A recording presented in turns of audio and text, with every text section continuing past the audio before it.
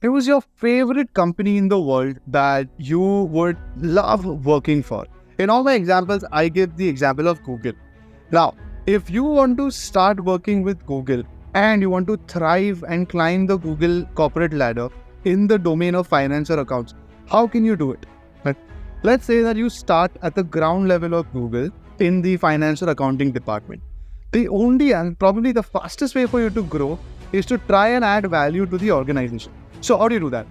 Google as a whole has so many verticals. There's Google AdWords, which is the search engine, the major one. They have YouTube, Google Drive, Gmail, Google Maps. We can go on and on.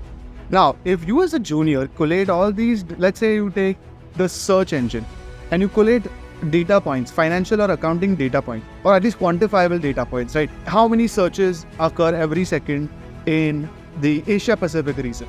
Or how much daily revenue does Google make from the searches made in India?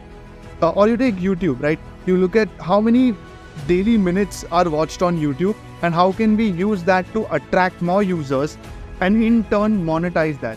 Let's say you do all of these detailings, summarize it in a way that is easy for somebody to understand and give it to your seniors. And if the seniors see this information that you've analyzed for them and realize that, oh yeah, you have actually found certain ways to make Google more profitable or to get more users for Google and essentially advance Google as an organization, your seniors are going to be happy with what you've created and thus promote you hopefully.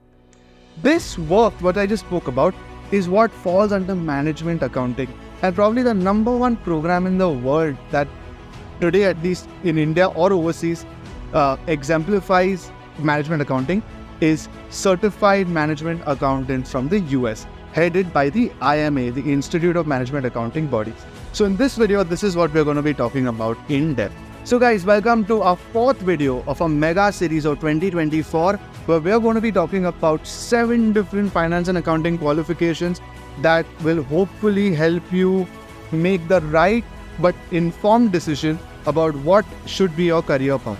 Now, we've already made videos on ACCA, CA, CFA, and today we're going to be talking about CMA US.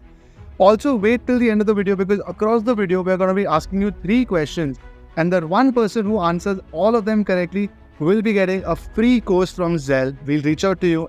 I'll help you make even a better decision by the end of this video. So with that, let's jump into, is CMA the right choice for you or not? Next comes the scope or the value or the job opportunities in India and overseas for CMA. When it comes to India, companies, obviously, we made a detailed video on this, so have a look at it. But CMA otherwise have all these big companies, right? You take the big four, KPMG, Deloitte, PwC, EY, Grant Thornton, BDO, these kind of companies like Amazon, Apple, Capgemini, a lot of Indian brands, a lot of companies basically which require smart individuals who can grow the company through the lens of numbers. Okay. These are the kind of people, the kind of companies that hire CMAs in India and overseas. All right. Question number 1. Where is the IMA headquartered? Which city is the IMA body headquartered? Pause and answer this question in the comments now. Coming back to India, the salary packages for these on an average range between 6 to 7 lakh as a fresher. And if you have work experience, of course, depending on the company, your interview, etc. But if you also have work experience, this can just keep on getting added. The kind of profiles that CMAs look for. So there's obviously the obvious ones, right? You get into management accounting, become a financial analyst, you get into the financial planning and analysis aspect of the company. But over and above that, you can help any business by becoming financial controllers, potential CFOs. You can even become a consultant just by CMA by itself, or you can combine it with most likely an MBA and get into the consulting. Next comes the passing rate. So this means on an average, how many people across the world land up clearing? So if 10 students are giving the CMA exam, how many land up clearing? On average, it's a 40 to 50% ratio, which means 4 to 5 out of 10 students who appear for CMA land up clearing. Now, of course, at Zell, because we have an entire ecosystem of content, faculties, mentorship, doubt solving, etc., our passing rate is close to double, and we'll end up having 7 to 8 people clear the exams out of 10 every attempt. Question number 2. Part 1 and Part 2 are both officially titled as something. What do we call Part 1 officially? What do we call Part 2 officially? Next comes the passing mark. what is on a paper of 100, how much do you need to clear? So each part on CMA is on 500 marks and you need 360 per part to clear the exam, which is exactly actually 72%. Lastly, all these are computer-based exams, and the paper pattern is that you have 100 multiple choice questions. So 100 questions are objective questions, and then you have 2 essay-based or 2 subjective questions for each part. So I think this covers the entire academic structure of CMA. All right, first and foremost, when can you appear for CMA?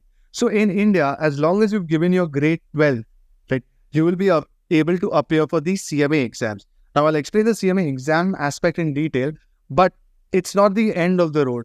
After you're done with your exams, you will need to demonstrate 2 years of work experience and complete your graduation to become a true CMA member. Now, as a student, the first question you'll ask is, what exactly do I study and learn? What are the technicalities for the CMA exam? Well, CMA is split into 2 parts. Both parts have 6 subjects. The first part is all to do with costing and accounts, and the second part is all to do with finance. So as you can see on the screen, you can see all the 6 subjects on both sides. Now, how long does it take you to really complete CMA? On average, we've seen students can complete CMA anywhere between 6 months to a year, depending on your speed. So by default, what does that mean? There are multiple exam attempts in which you can give both these parts. So you can give these parts anytime between Jan-Feb, that's one exam window, May-June, that's another exam window, and September-October, which is a third exam window. Anytime across these months, you can go and give the CMA exam at the exam center on demand. What exactly does that mean? And basically, if you are studying any full-time degree, undergrad or postgrad, then you can fall under the student category. If you are not studying, doesn't matter whether you're working or not. Basically, if you're not studying, you will fall under the professional category. Question number 3. Does this CME US exam have negative marking? So, final question is, what exactly is the fee structure for CMA US? Point number 1 is the total in rupee terms for you at the maximum will be around 1.6, 1.7 lakhs tops. Right? Now, everything is below this. If you register as a student, what we discussed earlier, you can complete the entire CMA qualification in 1.2, 1.3 lakhs. If you go as a professional, 1.5, 1.6 lakhs. Taking a slight buffer for you guys. This includes everything: the training, the study material, the registration, the exam fees, the membership fees, whatever you want to add, it all falls within this fee. And this is the reason that CMA has actually exploded.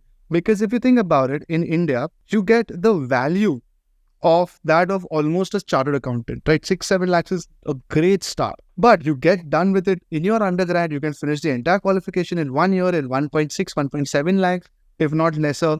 So the return on investment, the ability to have a global qualification, a US-based qualification that is valid in India and overseas, no wonder it's a very attractive qualification, because it doesn't promise you any nonsense, right? It gives you what it really claims in a short burst of time, and then the value is hopefully very high, also leaving you open to studying other things in the future, because hopefully most of you would have studied this on time, so you have a launch pad, start your career and build and sort of upskill yourself along your usual career path. So with that, guys, I hope that you have complete clarity on all the details, all the questions that you might have about whether CMA is right for you or not.